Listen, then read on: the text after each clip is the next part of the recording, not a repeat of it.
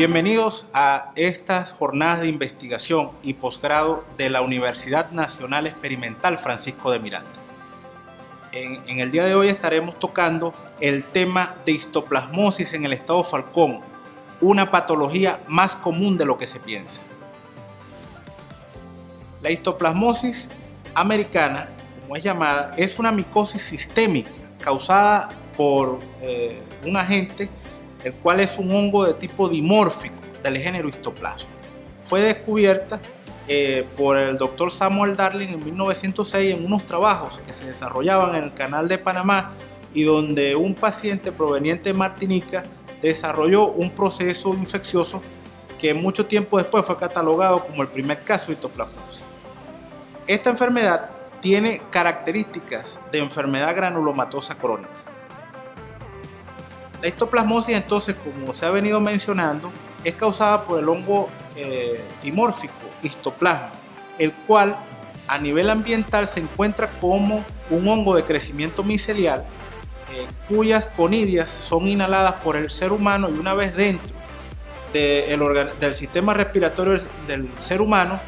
se lleva a cabo un proceso de adaptación al ser humano y conlleva a la transformación del hongo de estado micelial a un estado levaduriforme, ocupando lo que es las células del sistema retículo endotelial y donde inicia la enfermedad como tal.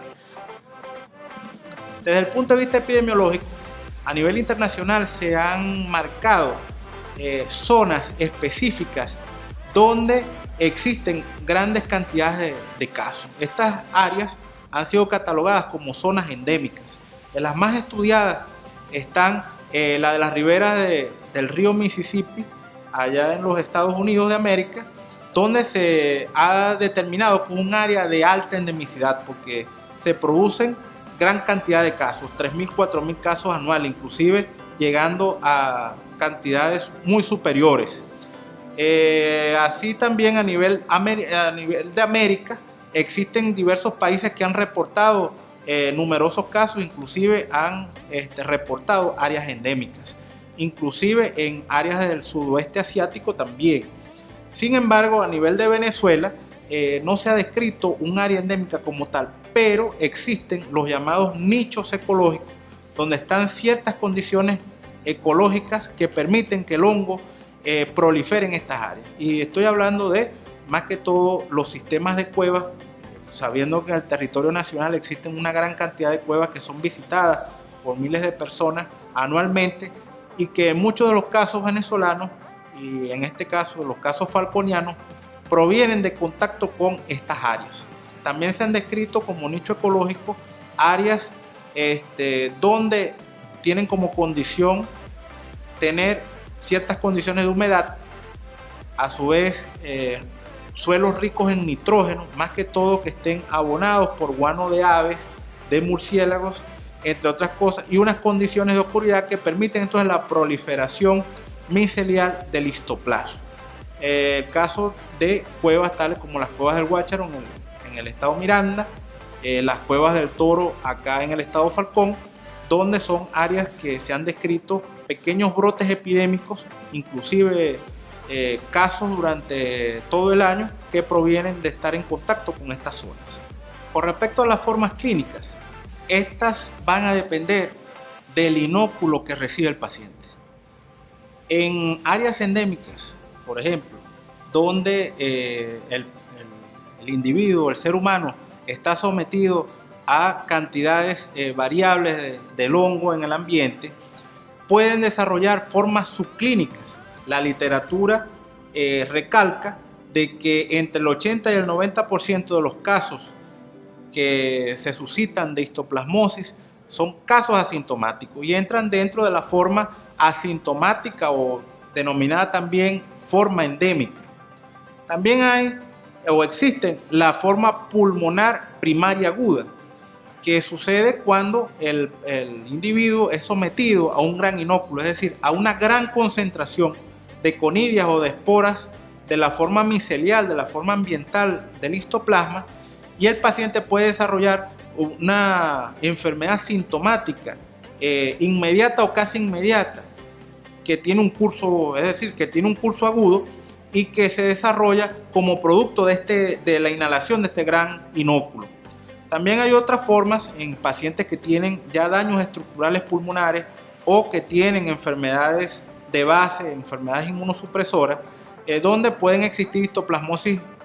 crónicas, como la histoplasmosis progresiva, o también pueden en algún momento del curso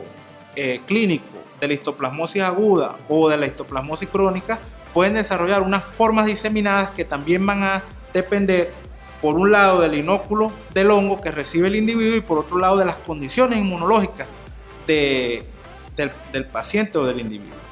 Y existe también una forma clínica que es secundaria a la respuesta inmunológica. Está bien descrita tal como es el histoplasmoma, que es un pseudotumor que se desarrolla como producto de una reacción inmunológica sobre los antígenos de histoplasma y que pueden producir a nivel pulmonar u en otras ubicaciones como a nivel cerebral un pseudotumor fibroso que es producto de la reacción inmunológica del individuo al hongo. También pueden existir síndromes reumáticos, entre los cuales están el eritema nodoso y otro tipo de presentaciones que pueden ser respuestas a mediada inmunológicamente que pueden presentar estos pacientes. Con respecto al perfil epidemiológico, clínico y radiológico de los casos que han sido descritos en el estado Falcón, en una investigación desarrollada por este servidor, se realizó un estudio descriptivo de los casos que llegaban a nuestro hospital de tercer nivel, que es el Hospital Universitario de Cobro, Alfredo Van Grieken, así como también en otros centros de salud de índole privado, y a través de este estudio descriptivo se pudo determinar que en un periodo de 3 años se pudieron identificar 22 casos con pruebas serológicas, pruebas microbiológicas de histoplasmosis pulmonar. Dentro de esos 22 casos, el 89% fueron pacientes de sexo masculino y femenino fueron el 11%.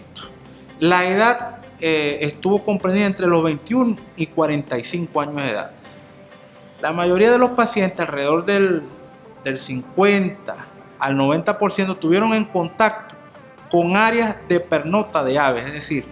gallineros, palomares, zonas donde existía pernota de aves, ¿no? 52%.